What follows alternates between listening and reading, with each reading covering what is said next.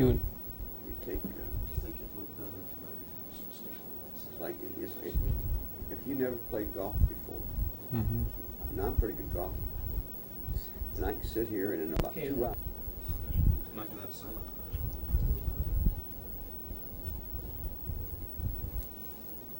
Degrees. We are rolling. You want me to just do an intro and then Okay, pause? do your voiceover, then pause for a few seconds and start your question. I'll be your QD on Zoom. All right.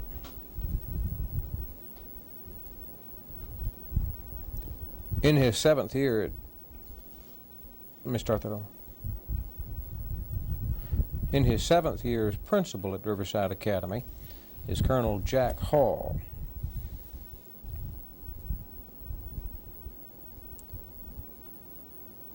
Colonel, how many students do you have here? What grades do you teach here? Do you try to maintain sort of an equilibrium? We have approximately 500 boys in the regular school section, and they range in grade level from 7 through 12. And we also have 1 year postgraduate work. Our 7th and 8th grades are small, one section of 7th graders and the 2 sections of 8th graders, and the rest of the boys are pretty evenly distributed between 9 and 12, and then a small postgraduate section. Mm-hmm. And you mean 500 that's the peak you want Yes, to accept? That's full. Do you enjoy a high ratio of applicants per what you're able to admit? In certain categories, we always have more 7th and 8th graders than we can handle. Mm-hmm. We do handle a certain number of alien students each year. That's boys from out of the country, and that category is always filled. Mm-hmm. And the last several years, we've been full every time. How large is your graduating class? Oh, it will vary from 65 to about 85 Every year? every year. A public school, I guess, as its philosophy would be fairly straightforward. We have these charges, we must teach them what the public demands we teach them. A private school will be different from that. I guess otherwise there'd be no point in it being a public school. In addition to that, Riverside is a private, characteristically a military academy. What philosophy guides your academic program that makes you different, distinctive? Well, to go back to the founder or the developer, General Beaver's philosophy, he once told a reporter that the reporter asked for his philosophy, and this was in the days before tape. The reporter sat down with pencil and paper and got all ready and said, "I'm ready." And General Beaver said, "Well, make a boy behave and get up his lessons." He looked at them and said, "I'm ready again." He said, "That's it." And basically this is true. We don't teach anything that is certainly any more difficult or advanced than is offered in most decent-sized public schools. But what we think that we do is do a more thorough job of teaching what we say we're going to teach. In other words, we hope that if a boy gets a 75 grade for algebra, that he knows 75% of what was taught. Mm-hmm. And if he gets a 90, he knows he's able to accomplish 90% of what was taught in that course. And we try to be very thorough about our teaching. All right, assuming you teach much of the same coursework, you teach algebra, you teach history, English, chemistry, so forth, how would you differ? What would I, as a visitor, see in a classroom or as a student experience that would be different in how you teach chemistry than I might get at the public high school? Well, I don't think in a specific course you're going to find a whole lot of difference, but I think the difference in it is here. We are able to establish what it is we want to do in a very narrow sense, and then advertise what we're going to do, and so that the people who come here wanting to do this one thing. We're a college prep school. Our our ideal would be that every boy who graduates from here has the academic tools to go on to higher education, some type of further schooling, if he wishes to. In other words, we would like to provide him with those tools. Now, I spent the first 20 years of my teaching life in public schools, and there you have a totally different situation. You have to take whatever the community provides you in the way of student body. Yeah. This means that you're into the comprehensive high school idea, where you have to run shops and you have to run vocational programs and all of these things. And it makes it, I feel, much more difficult to administer the program. Here our focus is narrow, our curriculum is narrow. If a parent does not want their child in a college prep curriculum, then we'll bring them here. Your students are self-selected. Yes, that's true, right.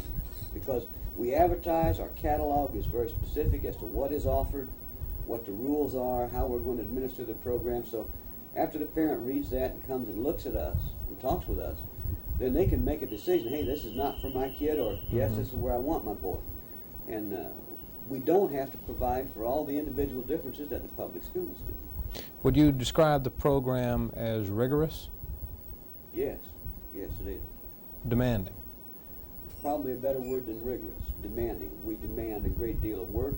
We demand a great deal of practice. We put a lot of emphasis on daily grades. The boys receive a written, posted grade weekly, and their parents receive a report card weekly. And so it is demanding. When you say you've always been a college preparatory school, that implies classical studies, English, Latin, history, chemistry, mathematics. There is an increasing demand on students in colleges as well as in the workforce to know something else, something additional, computer work, technical skills, programming skills, and so forth. How will you meet that demand? Or? Well, we're going to make a break next year. We're going for the first time to go into, I guess, what would be called a semi-vocational program. We're going to go into a computer programming class. We're going to put 16 of our advanced, our more advanced seniors into it. However, this will not replace any of the classical studies. It will be in addition to. Our feeling is that probably we can't do nearly so good a job of teaching a technical skill as a technical school can. And again, as I say, our hope is that we can prepare our boys so that when they graduate from high school, they are then equipped with the math, English, background skills to enable them to then go to a technical school or a university or someplace where they're much better equipped to teach these kinds of things than we are. My personal feeling is that this is one of the problems that we face in public schools. And again, I speak out of 20 years of experience, that we're spread so thin. We're trying to do so many things that it becomes very difficult to do anything very well. And I don't know what the answer to it is, but I really feel this. I just don't think that we can teach technical or vocational skills in high schools as well as the people in that field.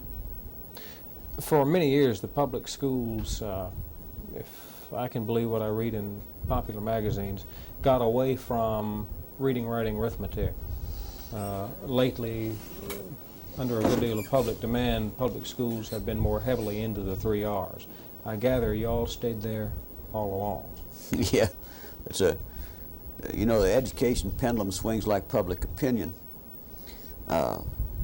Back in the 40s, Riverside was right in the middle. We were doing about the same things that everyone else was doing. And then as the pendulum moved on to more progressive types of education, we became the followers. We were clear in the behind. We didn't change anything. Now the pendulum's gone back the other way, and now we're leaders because we're still doing the same things we were doing then. And I suspect eventually the pendulum will pass us up and we'll be behind again. But there seems to be a market for the kinds of things that we do. We make no statements or claims that this school is a school for everybody. It certainly isn't. But we think that for certain kinds of boys, we can do a superior job. We've been talking with Colonel Jack Hall, who's principal of Riverside Academy. All right. That was pretty good.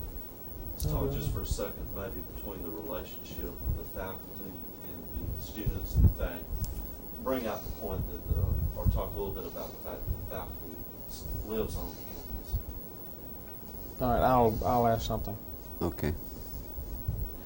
In looking through your handbook, I came across a paragraph that said the faculty lives on campus, takes many of their meals on campus.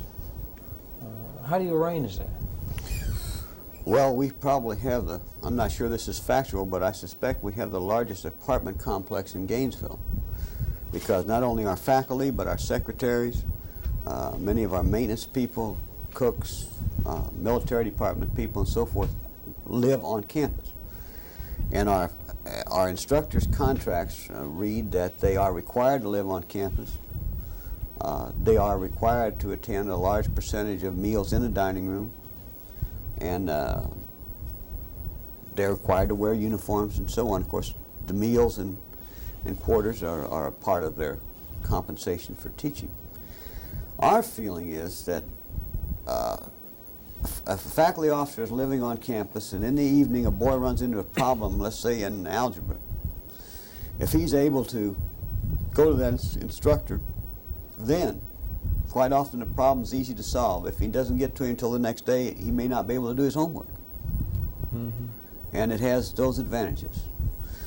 And of course, I think it also leads to a little different relationship, because when a faculty officer or a teacher eats meals at the same table with the boys, lives in the same buildings as the boys, I think you get a little different relationship. Maybe you get to know the kids a little bit better, and they get to know the faculty officers better. A little camaraderie, I would guess.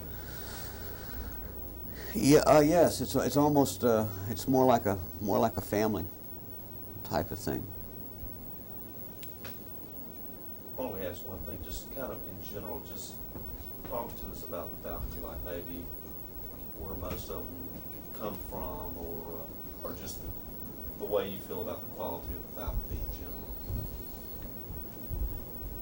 Where do you draw your faculty from? My first guess really would be, given that you're a military academy, that the bulk would be retired from the military. That's not necessarily so? No, no, it isn't. Our prime purpose in hiring any faculty officer is his ability to teach, and they are not necessarily military people. Most of the more mature men have at least been in the military for a period of time, but many of our young teachers have never been in the military.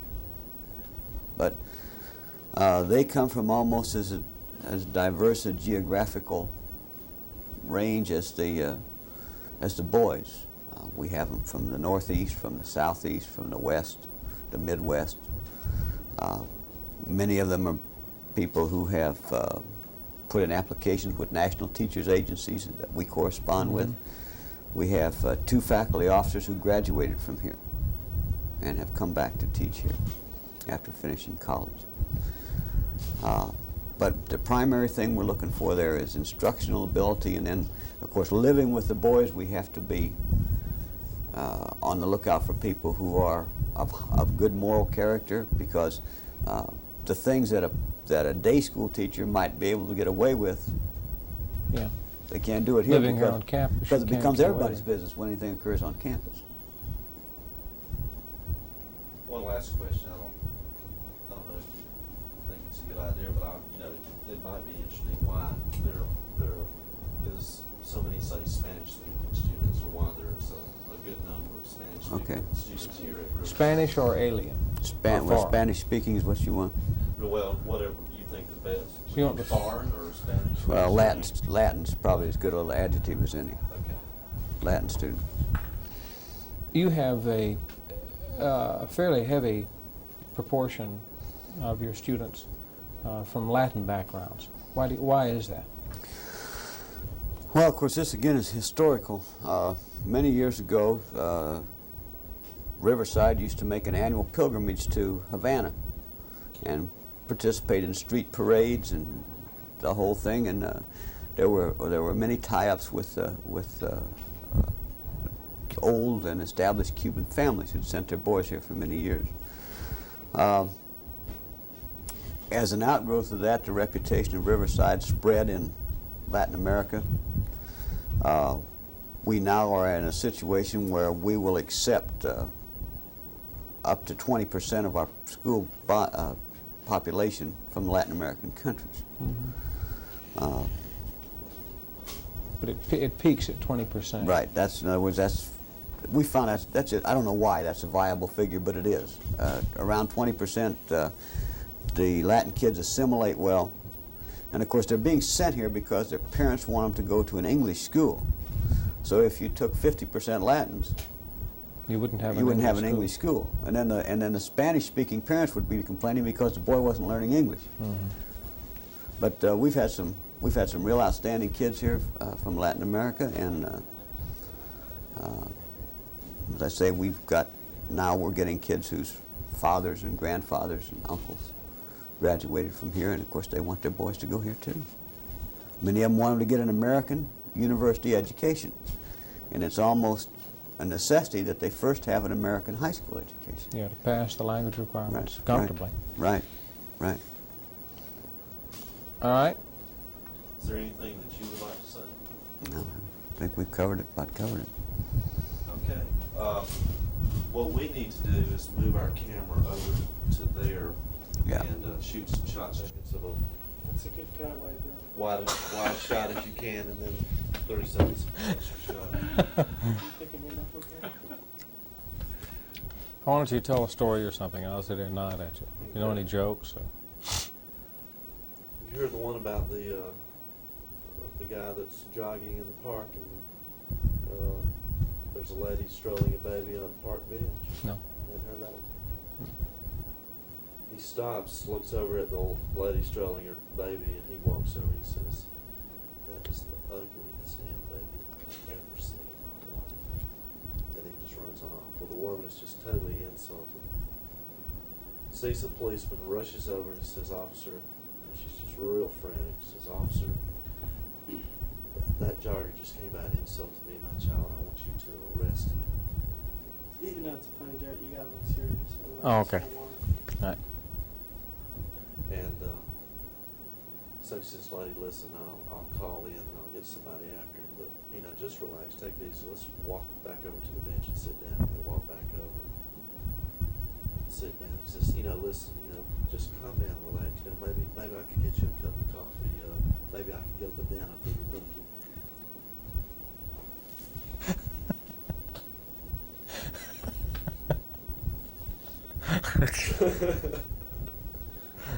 Is that enough? That's fine. Did you Okay. get enough? Yeah, let's do some questions. Okay.